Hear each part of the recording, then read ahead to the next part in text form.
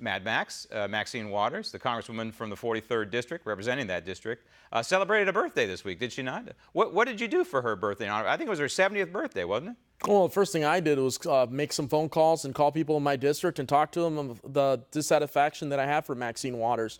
Not only that, you got to look at the issues in the district. I mean, Maxine Waters is calling out for the president to get hurt. She's not only inciting violence on our president. I mean, she's going out there and advocating for violence. We can't have someone divisive in government.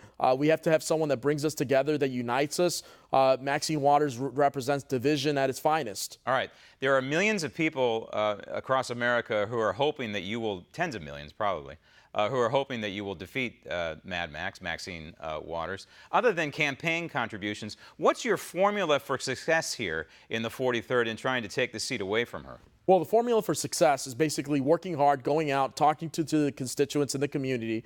That's the way it's going to get done. I mean, we're not going to have anything done if we're not going out there proactively reaching out to people. And, a lot of the people that we talk to, they're fed up with having someone that's been representing them for 27 years and not really representing them. So that's the problem that we have. Again, Maxine Waters has passed 3 bills in Congress in the past 27 years, and that's a big issue. She incites violence to our president. She calls out for violence to Trump supporters. That's also a big problem. We got to stop that. We can't have someone like that in Congress, especially in our echelons of government. And I think the thing that I would try and convince the people of the 43rd District, which is basically a chunk of Los Angeles, is, what has she done to improve their life?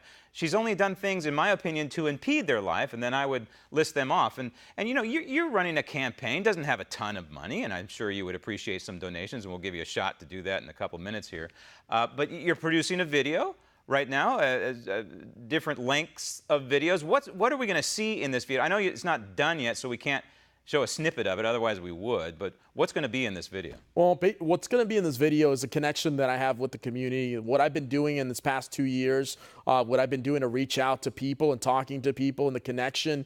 Also, conversations I've had with Democrats and people that are dissatisfied with government and all the way it's working out.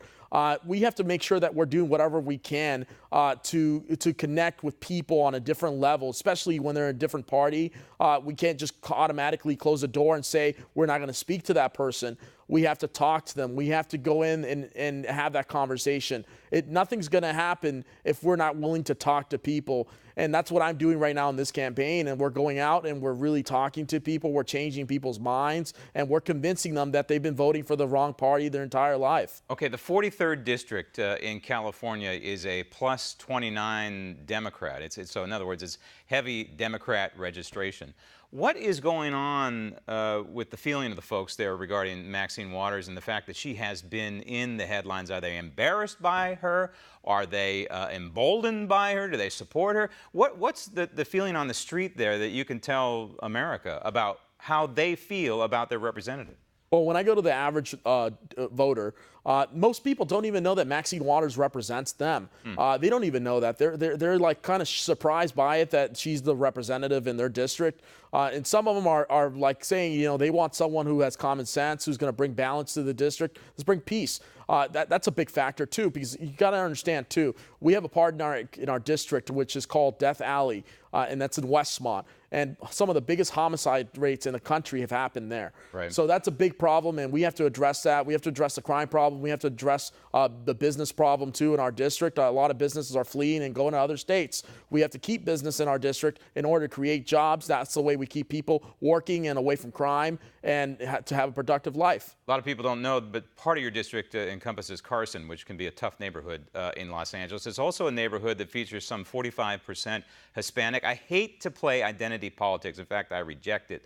But I would imagine you have some Hispanic blood in you? Yes, I do. My family came from Mexico. They came from Cuba. All right. They came here for the American dream. And fair enough. But you're an American, right? Yeah. So is there a way you could connect with this percentage of voters and say, hey, listen, she's not representing your ideals from abortion on down?